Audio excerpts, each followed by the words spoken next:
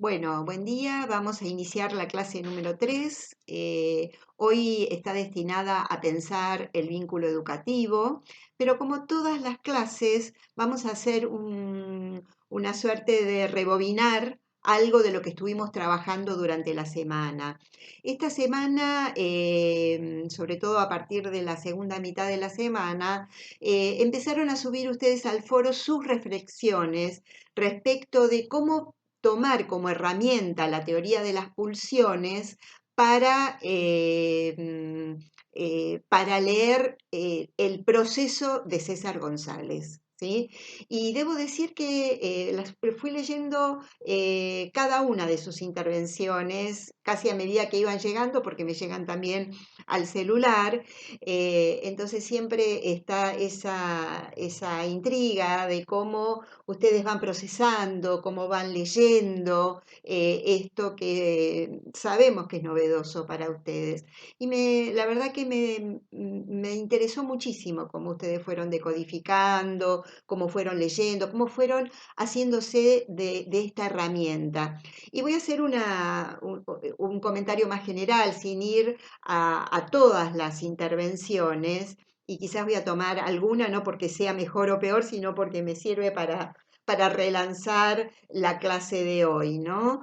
Y por algunas preguntas que me generó a mí para seguir pensando. Digamos, si tengo que dar una lectura general, podría decir que en todas las intervenciones hubo algo que ustedes pudieron ubicar, que es como es como un relato, dice una compañera. La entrevista es como un relato del modo en que César tramita sus pulsiones.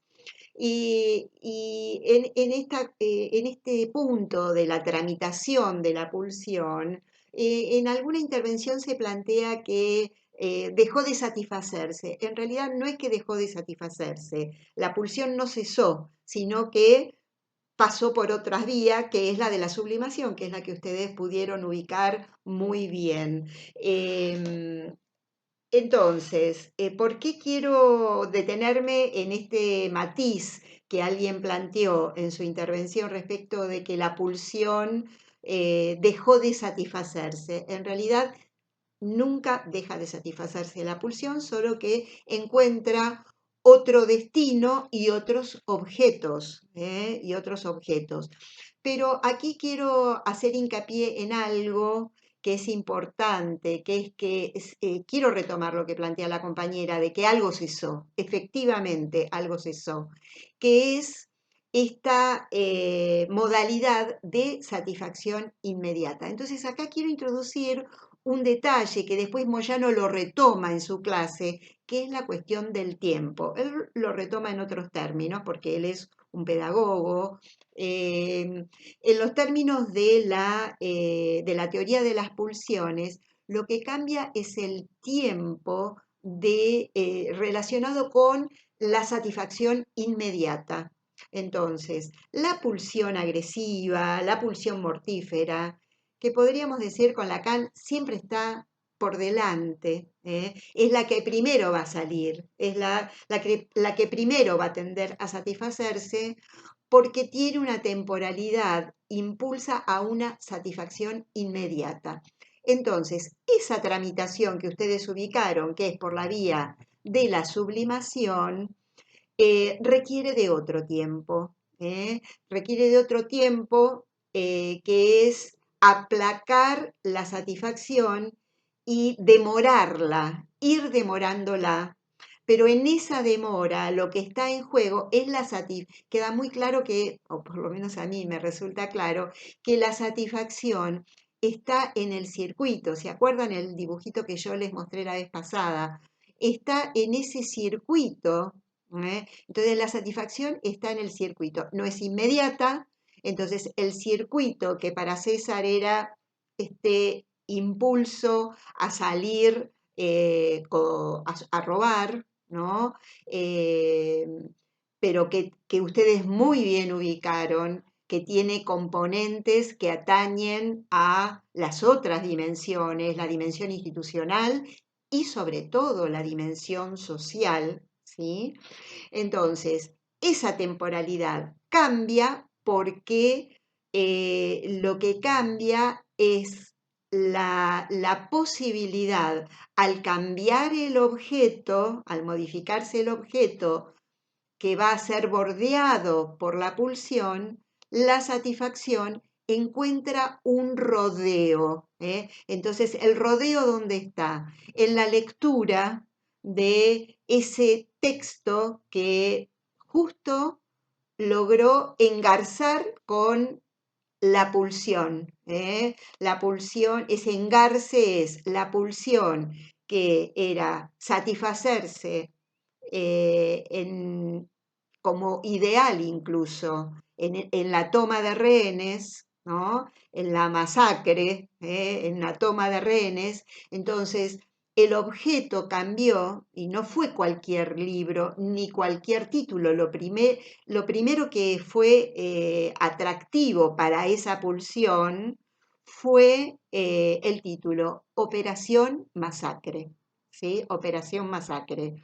Entonces, de todos los libros que le ofreció Patricio, no fue cualquiera. Entonces, acá voy a ubicar otra cuestión que me parece interesante y que algunos de ustedes la señalaron, porque además es muy interesante como cada uno fue como un caleidoscopio, ¿no? Cada uno fue como iluminando otra arista de la entrevista con otro aspecto de la teoría de las pulsiones. Entonces, ahora en la próxima entrada, porque ya llevo, no, todavía tengo un rato, porque tengo miedo de que después YouTube no me permita continuar. Entonces, esa es una cuestión que quiero señalar de las que ustedes estuvieron eh, ubicando de la teoría como herramienta.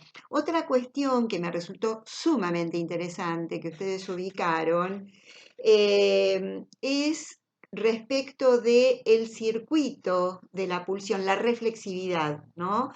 Y la relacionaron, algunas de las entradas de este caleidoscopio, la ubicó respecto del superyo y la conciencia moral.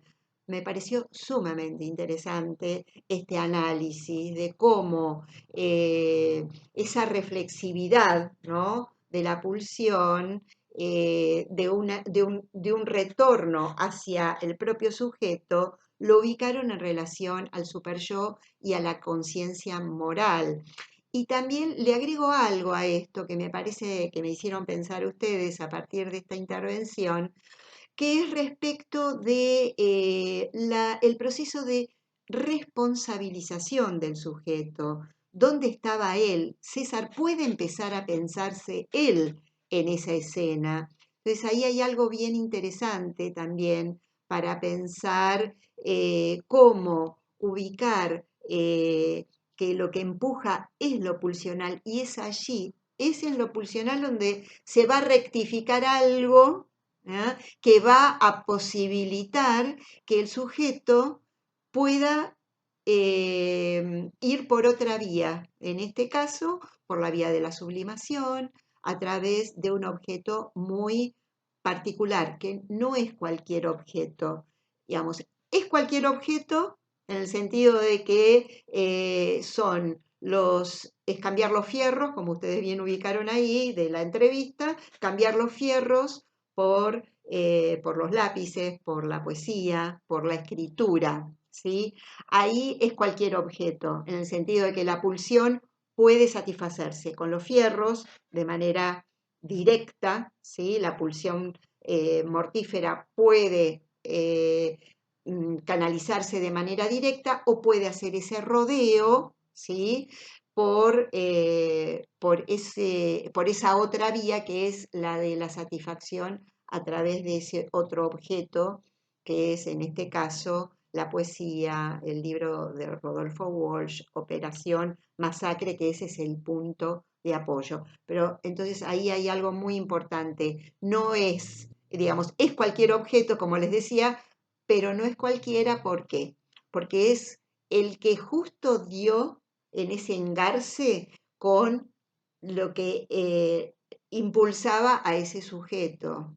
Y fíjense qué interesante que ahí somos seres de lenguaje, que es lo que venimos planteando desde el comienzo, nuestra particularidad, y que fue la frase operación masacre. Entonces ahí hay un significante que quiere decir operación y masacre puede dar lugar a múltiples significados, no tiene un solo significado. Entonces, para él tenía un significado que era morir en una toma de rehenes, para decirlo muy rápidamente, pero pudo enganchar, digamos, la pulsión, la pulsión está enganchada a un significante, a ese elemento del lenguaje humano, que puede tener múltiples significados, por eso también puede variar el objeto. Entonces, decía, vuelvo a esta idea, puede ser cualquier objeto, puede variar. El profe le tiró muchos libros cuando él estaba ahí, le tira por esa ventanita donde él estaba castigado, le tira muchos libros, le entrega muchos libros, pero él se detuvo en uno. Entonces, en ese sentido, no es cualquier objeto, es uno que hace lazo, engancha, podríamos decir, y el sujeto da su consentimiento. Es una pregunta que aparece en el foro respecto de la clase de Moyano. Da su consentimiento subjetivo a dejarse atrapar por eso que le da Patricio, que no es cualquier libro. Es ese que engarzó justamente con algo del modo de su satisfacción pulsional. Bueno, ahora sí voy con otro.